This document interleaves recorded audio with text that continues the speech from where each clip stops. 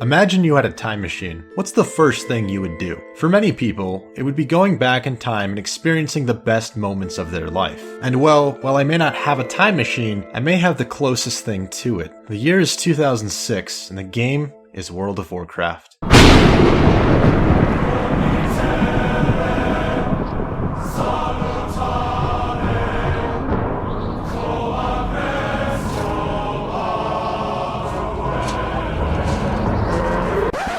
Okay, so it's not exactly a time machine. It's just an illegal private server for vanilla WoW. And like any private server, it's kind of unreliable and it could completely come crashing down due to hackers and database leakers. 'Cause that's a thing. Yeah, there's a lot of complications when it comes to servers like this. But that's not what I'm here to talk about. This is instead going to be an actual retrospective on the game itself. Whether you're a longtime WoW player or have never even played the game, in this video I'm going to take you on a journey through time to the magical land of Azeroth that millions of people once called home. I'm going to explain what makes classic World of Warcraft so beloved. Beyond just nostalgia and rose-tinted goggles, there are actual, objective reasons that made WoW more fun and interesting back in the day compared to now. But first, as with any story, we should start from the very beginning. The year was 2006. I was 10 or 11 years old, and the only kind of gaming I'd ever known was console and handheld. Playing games on a PC with a mouse and keyboard was a foreign concept to me. This made it especially peculiar to me that my oldest brother, who I picked up a lot of gaming habits from, started spending a lot of time on the computer playing this strange-looking game.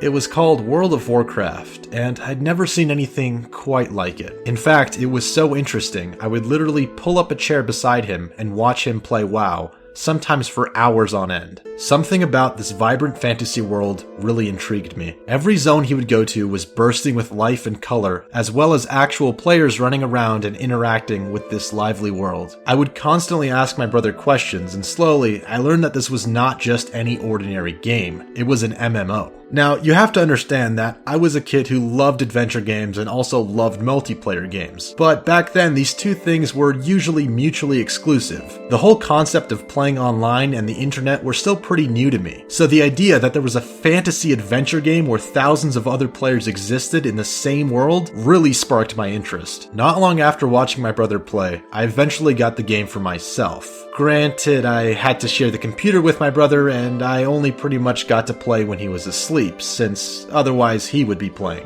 Yeah, it probably wasn't the most healthy habit for him. Anyways, the first character I ever created was named Link Master, named after Link from Zelda. I was a male night elf rogue. The idea of stealth and daggers was pretty badass to me, and I was certainly going to align myself with what I viewed was the good side, being on the Alliance. Unfortunately, I've since lost this character and the account since it has been so long, but he did look exactly like this. Of course, I was a complete and total noob, and I was terrible with the mouse and keyboard. I clicked all of my abilities, and for some reason the entire time I played, I thought you needed to use the arrow keys to move. So my setup would look something like this, with my keyboard off to the left and me using the mouse to click. Needless to say, PvP and any sort of combat that required moving while attacking was a bit complicated for me. Don't judge me, alright? It was a time of ignorance, I was a handheld and console player. Basically, only the pros used to actually keybind effectively back then. In that same vein, a lot of things were a lot harder, but not all of them were because people were just less proficient. The game itself was much less forgiving and easy than it is now. You had to actually read quests or constantly look them up on a website called Thoughtbot, which basically served as this endless database for quests, items, classes, and etc. In fact, firing up Thoughtbot on your internet browser pretty much became synonymous with launching World of Warcraft. In classic WoW, you didn't just get handed everything you needed, and there was not always an easy avenue to get to the places you needed to be. For example, one of the most memorable and grueling experiences was being a night elf trying to get to Stormwind. You had to journey through wetlands, which was considerably higher level than the starting zone you came from, Teldrassil, and you would constantly be dying to the creatures along the way. It was a long and arduous journey, but in the end it definitely felt worth it. In fact, still to this day, on private servers you can see many night elves taking the same path, and it's pretty hilarious seeing them struggle through it. I think this montage just about sums up the infamous and dreadful experience of this journey.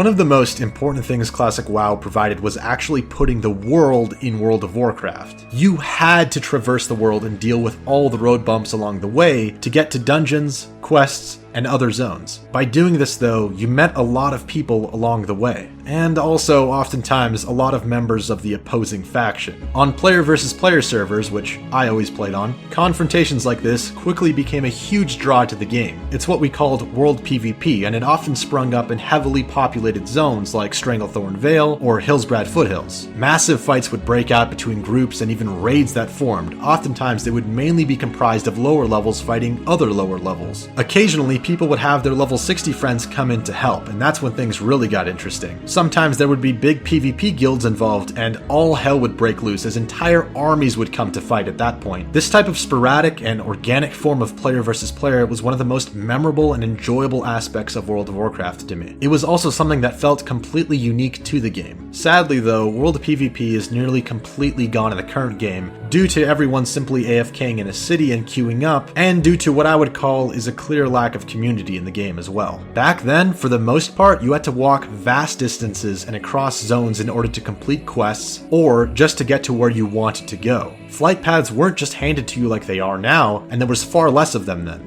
And of course now, with the existence of super fast flying mounts, you certainly don't even need flight paths anyways. Gone are the days of actually having to go through zones and, maybe see people along the way. There also wasn't an abundance of portals and of course no LFG or queue systems to speak of. If you were doing an instance or battleground, you had to actually go to the right location in the world to experience them. This caused more downtime, yes, but it also kept players grounded in the world. The more time you spent in the world, the more you saw other players and the more you interacted with them. It wasn't a single player experience like it is now. It was a hustling and bustling world where everyone was going somewhere and doing something. This gave the game a real sense of community, and it helped liven the social aspect of it as well. Of course, back then you also didn't get your mount so easily. Oh no, it was a pretty big deal to get your mount. First of all, you had to be level 40, which in itself was a big milestone to achieve, and you needed to have 80 to 100 gold depending on your honor level and reputation in order to buy one. And let me tell you something, in vanilla making 100 gold by level 40 was no easy task, especially when you had to spend a lot of your gold on things like reagents and leveling your skills. Since you weren't just handed gold, this made getting valuable world drops or gathering materials in the world far more rewarding, since that was your best source of income. There are of course many more countless examples of ways in which vanilla was harder and what's changed from then compared to now. The talent point system, for example, felt like you were always working towards improving your character, or take for example high-end gear and complete armor sets, which were much harder to acquire. Now, I could go on and on with these examples, but what it really boils down to is, you weren't handed anything in vanilla. By being more punishing and slower paced, you were also rewarded more for your efforts. It's analogous to life in many ways. If you spoil a kid with money and everything he could possibly want without having to work for it, he's not going to know the value of money and earning things. Conversely, if someone works for everything they have and are never given any handouts, they tend to be more appreciative of their blessings and have a sense of self-worth. And again, I can't stress enough the relations and bonds you formed by being so grounded in the world, instead of just teleporting everywhere you wanted to be and essentially playing the game through your user interface as you do now. Take for example this escort quest I did in Daenerys. I had to find a full group of random players I never met before. We had to wait like 30 minutes just for this stupid chicken to spawn, and then for the quest we had to defend it while it slowly trudged along the sand to the other end of the map. Sure, it took some time and tested our patience, but we had some social interaction with each other. We had time to talk and crack jokes along the way. And because it had taken so long, we now felt committed to completing the quest, which made turning it in feel all the more rewarding. It's a small thing, but experiences like this are largely lost in newer versions of WoW, and arguably even in gaming in general. Now, I don't want to get too deep into why Blizzard should make legacy servers on retail and repeat the same speech you've probably heard a million times, but it is something I hope to see in the future. That is to say, the launch of legitimate and Blizzard-supported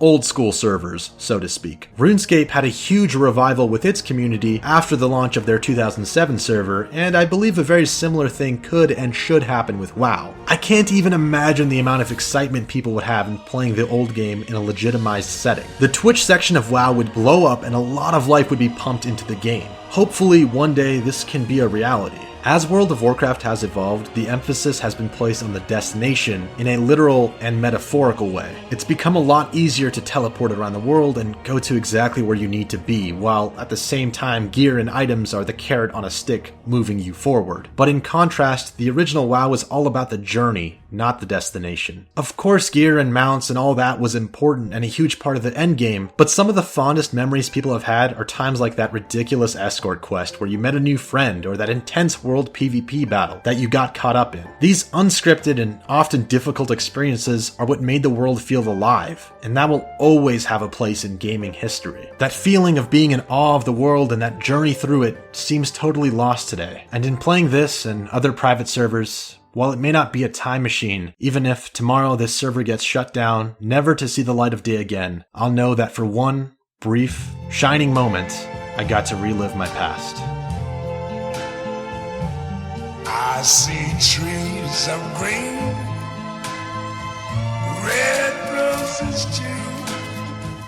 I see them bloom for me and you, and I think to myself, what a wonderful world.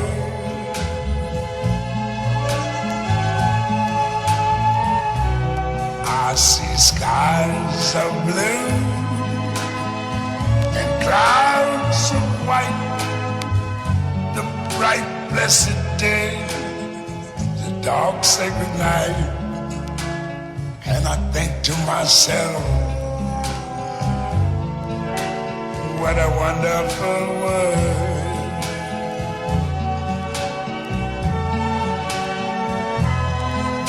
The colors of the rainbow, so pretty in the sky, are also on the faces of people going by. I see friends shaking hands, saying how do you do. They're really saying I love you. I hear babies cry, I watch them grow. They'll learn much more than I never knew. And I think to myself, what a wonderful world.